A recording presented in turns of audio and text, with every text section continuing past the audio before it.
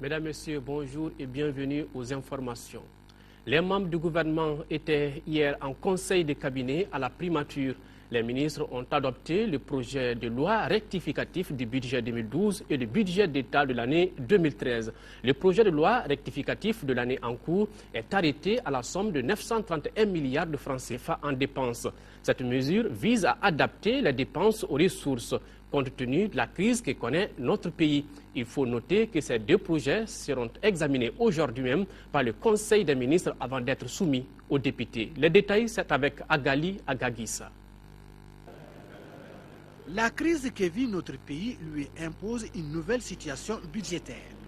Le gouvernement de transition a voulu aller dans ce sens en adaptant les dépenses aux réalités du moment. Deux points étaient inscrits à l'ordre du jour de ce conseil de cabinet. Le projet de loi rectificatif du budget de l'année 2012 et celui relatif au budget 2013. Le budget 2012 rectifié en recettes, c'est 931 milliards de francs CFA, en dépense de 992 milliards de francs CFA. Donc il y a un déficit de 56 milliards de francs CFA environ. Dans la situation de crise, nous pensons qu'il faut adapter autant que faire se peut les dépenses aux ressources. Dans un contexte sécuritaire et alimentaire difficile, l'attention porte sur des secteurs prioritaires. Nous avons décidé que la situation du pays impose que l'on maintienne pour le ministère de la Défense et pour le ministère de la Sécurité non seulement les crédits budgétaires initialement votés pour eux par l'Assemblée nationale, mais en plus qu'il faut prévoir des ressources nouvelles au vu de la situation nouvelle. Nous avons décidé, nous étions au mois de mai 2012, que la campagne agricole 2012-2013 devait être bien préparée. Nous avons donc donné au ministre de l'Agriculture tous les crédits budgétaires qu'il a demandés pour préparer la campagne agricole 2012-2013. À propos de la crise alimentaire, l'État a eu à faire des dépenses que nous espérions allaient être couvertes par nos partenaires. C'est ce qui se passe généralement dans les cas de famine. Bon, mais cette année, avec la crise, cela n'est pas très sûr.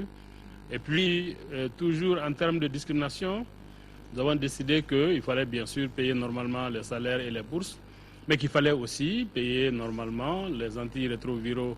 Donc, nous avons été obligés de réduire de beaucoup le fonctionnement des administrations de manière générale.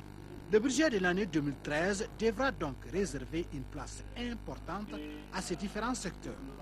En tout cas, le Conseil des ministres se prononcera sur les deux projets de loi qui seront ensuite déposés sur la table des députés les jours à venir. Les militaires maliens pourraient venir à bout des islamistes afin de reconquérir les territoires occupés du pays.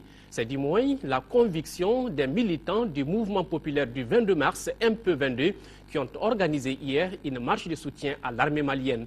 Les marcheurs ont saisi cette occasion pour dénoncer le blocus des armées maliennes qui se trouvent au niveau des ports de certains pays voisins. Compte rendu, Aboubakar Maïga. Nos armes, libérez nos armes. Libérez nos armes, vive les soldats maliens, nous leur faisons confiance. Voilà des slogans scandés ce mardi matin sur l'avenue de la Liberté par les militants du mouvement populaire du 22 mars. Les marcheurs sont partis de la Chambre d'industrie et de commerce du Mali pour converger vers l'état-major des armées où les dirigeants du MP22 ont fait une déclaration.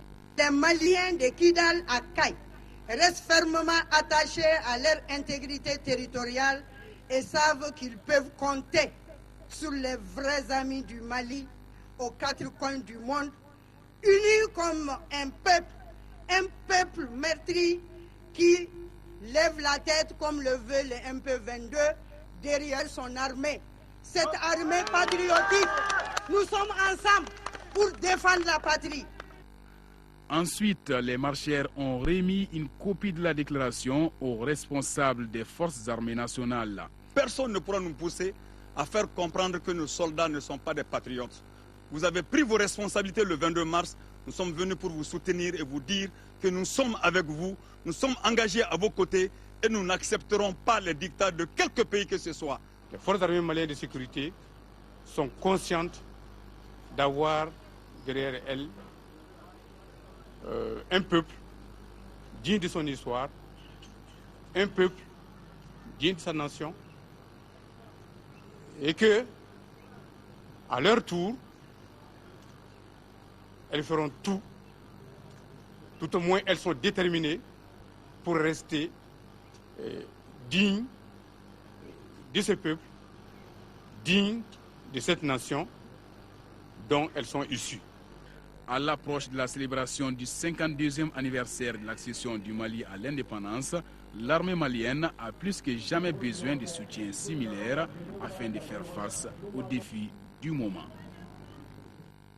Journée de salubrité hier au camp Thiéba Traoré de Sikasso. C'était donc hier. On prit part à cette activité, les militaires et autorités locales de Sikasso.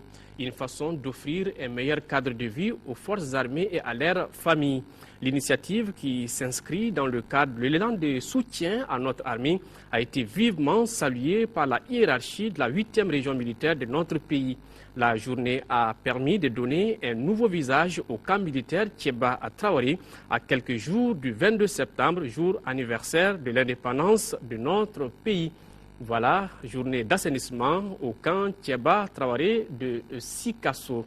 On prit part donc à cette activité, les porteurs d'uniformes, mais également les autorités locales de Sikasso.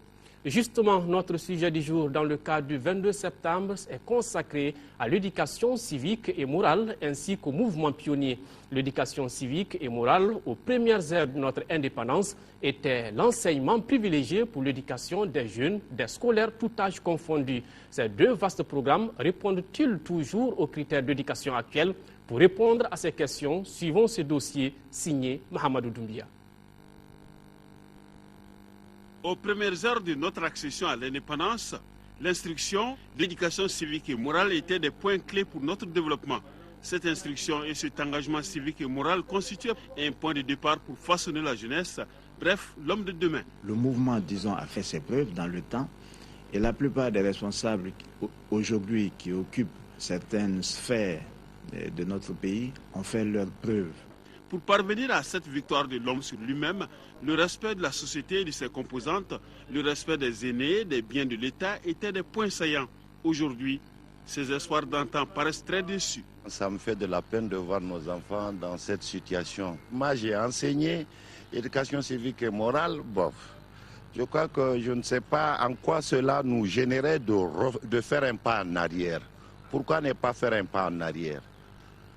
Bon, c'est comme ça que je vois la situation, quoi. Bon, si on ne peut pas procéder de cette manière, je me demande comment on va se tirer d'affaire. Hein. Le père ne contrôle plus l'enfant. Nous ne contrôlons plus nos filles, nous ne contrôlons pas les garçons. Il faut qu'on revienne sur l'éducation civique et morale à l'école. Ça, c'est la voie de soi. Le mouvement national des pionniers tant envié constituait des pépinières de l'homme exemplaire prêt à se sacrifier pour le développement du pays et surtout le respect de toutes les institutions de la République et l'amour du prochain. On a pensé que le mouvement des pionniers suivait un régime et on a délaissé ce mouvement. Or, je pense que c'est très important. Quand on va parler de civisme, c'est là le lieu par excellence de faire apprendre aux enfants qu'est-ce que c'est que le Mali, qu'a été le Mali et qu'est-ce que nous voulons que le Mali soit demain. Transformé en association de volontaires, le mouvement pionnier n'est aujourd'hui que l'ombre de lui-même, avec toutes sortes de tenues et pour toute activité, la parade au cours des cérémonies, sans enseignement, sans instruction, avec peu d'ateliers de formation. Si toutefois l'autorité pouvait apporter une attention particulière à l'association, ça allait nous faire énormément plaisir. Je sais que le gouvernement est en train de faire quelque chose. Si toutefois on pouvait institutionnaliser le mouvement national, retourner, quitter le stade association, que ce soit une institution, une sorte d'école, que tous les jeunes peuvent passer pendant un bon bout de temps de leur existence, ça allait leur permettre d'apprendre. Le Mali a aujourd'hui plus que jamais besoin de cette valeur humaine, de cette fierté, de cette dignité qu'arboraient nos pères de l'indépendance. Une reconversion de mentalité, surtout celle de notre jeunesse, s'impose plus que jamais. Voilà, sur un tout autre plan, les sous-produits d'abattage comme le sang, les cornes peuvent contribuer au développement de l'agriculture, de la pisciculture et de l'aviculture dans notre pays. Seulement s'ils sont transformés. Le seul district de Bamako produit plus de 19 tonnes par jour de ces substances organiques. Mais à ce jour, aucune unité de transformation n'a vu le jour dans notre pays. Le secteur reste en effet mal exploité, nous dit Agali Agagissa. L'élevage occupe une place prépondérante dans l'impulsion économique du Mali. Outre l'exportation des animaux sur pied, la production de la viande occupe une place importante dans la sécurité alimentaire. Un apport économique qui peut être augmenté par la transformation sur place de certains sous-produits d'abattage. Malgré le potentiel animal de notre pays, les onglons, les cornes, les sangs et les contenus stomacaux issus des abattages deviennent encombrants pour les populations et les structures d'abattage. Ces substances organiques non récupérées ou mal exploitées posent d'énormes problèmes environnementaux. Les sous-produits ne sont pas collectés totalement. Quand ils sont rejetés dans la nature et qu'ils polluent les cours d'eau et l'environnement des centres d'abattage, ça peut amener des problèmes de nuisance et de pollution de l'environnement.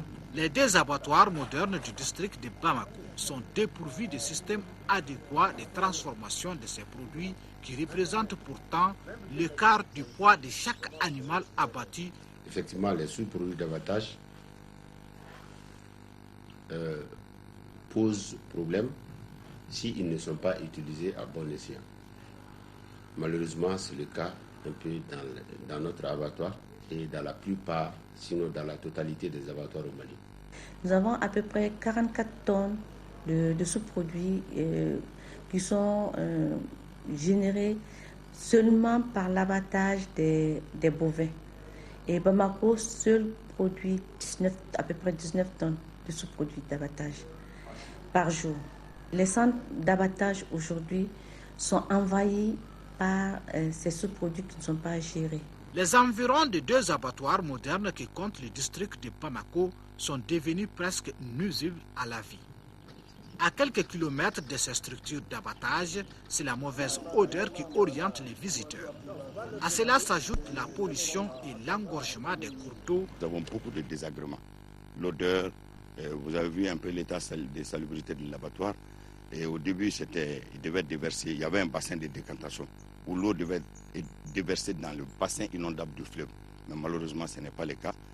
Nous avons des problèmes pour le canal de Banguida qui ravitaille toute la zone en eau. Avec le manque d'unités de transformation, les sous-produits de l'abattage sont utilisés à des fins dérisoires, de façon traditionnelle par les fermiers, les aviculteurs et pisciculteurs pour accroître leur production.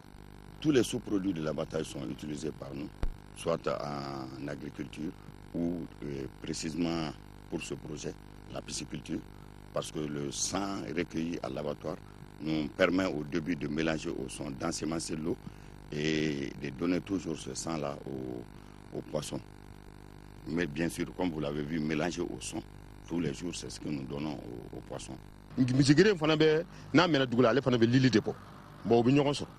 Bon no ñongon soro o nafa de beta le murula abe santande ke abe le murula balo kasoro hal ni ma engrais wera kala abe le muru den kawal amonere fo santan bon nye koné nafa mi ala ni misi gire bla ka yiri sun koro abi sene ka ken no yiri koro an ni sanyi fitin na abe sumaya garde abe buba wera balka ira yiri la abe kla ka yiri de ko sebe ka kla ka de timia donc misi gire na fante ba. L'acquisition d'unités de transformation permettrait de réduire le coût de revient de l'animal au profit des consommateurs.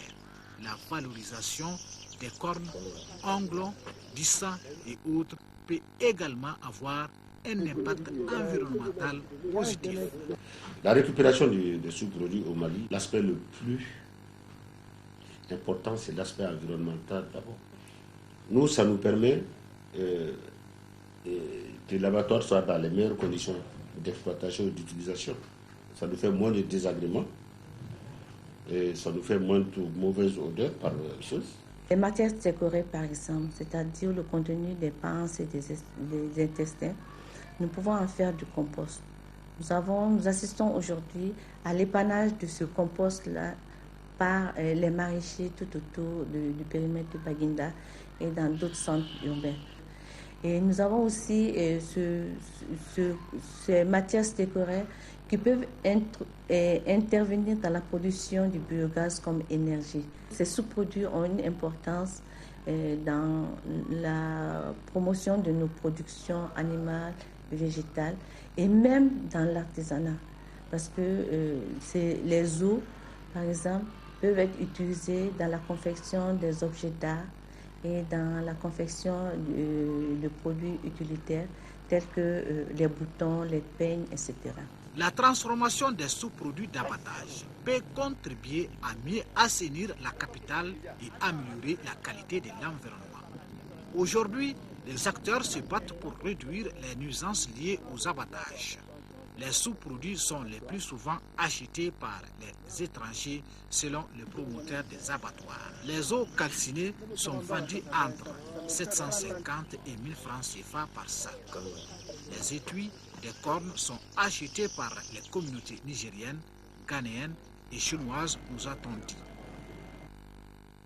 Voilà un potentiel à valoriser. Sport, basketball, les play-offs du championnat national ont démarré lundi dans la salle Modibo Keïta.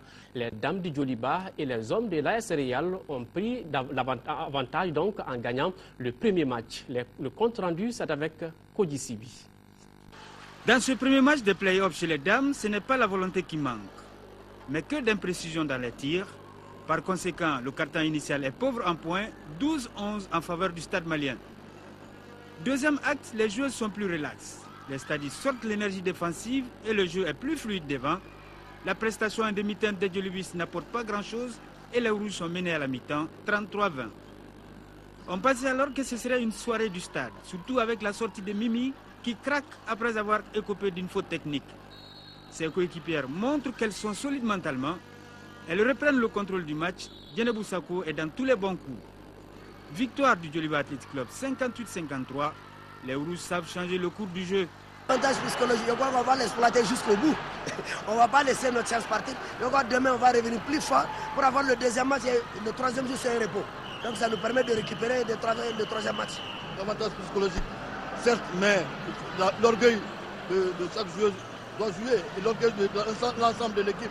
Je pense que on va remobiliser notre troupe pour aborder les matchs futurs. Je pense que ça ira. En série, messieurs, l'AS Real en noir et blanc est face au Stade Malien de Bamako. Les Scorpions construisent leur jeu sur une assise défensive pour faire parler leur adresse.